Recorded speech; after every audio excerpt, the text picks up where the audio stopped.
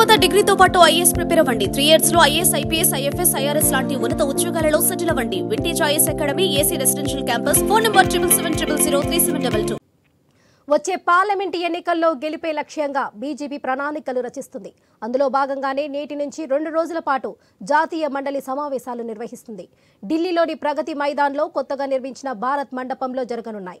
2 రోజుల పాటు జరిగే ఈ సమావేశాల్లో అన్ని రాష్ట్రాలకు చెందిన సుమారు 11,500 బీజేపీ ప్రతినిధులు పాల్గొనే అవకాశం ఉంది.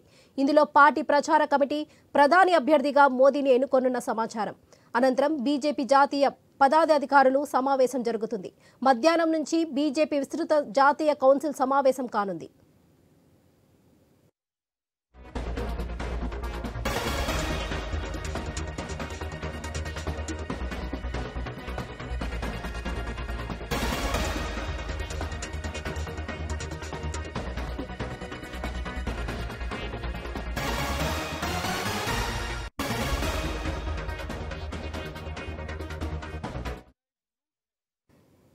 ఇందులో మరోసారి బీజేపీ ప్రధాని అభ్యర్థిగా మోదీని ప్రకటించనుంది. పార్టీ ఎన్నికల ప్రచార సారథి బాధ్యతల్ని కూడా ఆయనకి అప్పగించనుంది. రానున్న లోక్సభ ఎన్నికల్లో ఇప్పటికే బీజేపీ నిర్దేశించుకున్న 370 స్థానాల్లో విజయం సాధించడంతో పాటు 400 స్థానాలు గెలవడమే లక్ష్యంగా చర్చించనున్నారు.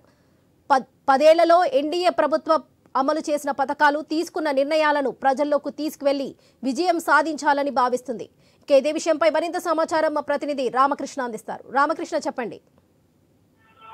ఇక బీజేపీ జాతీయ కార్యవర్గ సమావేశాలు ఈ రోజు ప్రారంభం కాబోతున్నాయి. 2 రోజుల పాటు ఈ సమావేశాలు జరుగుతాయి. మరి ఈ సమావేశంలో ప్రధానంగా బీజేపీ తదుపరి ప్రధాని ఎవరు అధికారంలోకి వచ్చిన తర్వాత అనేది కూడా ప్రకటిస్తారు.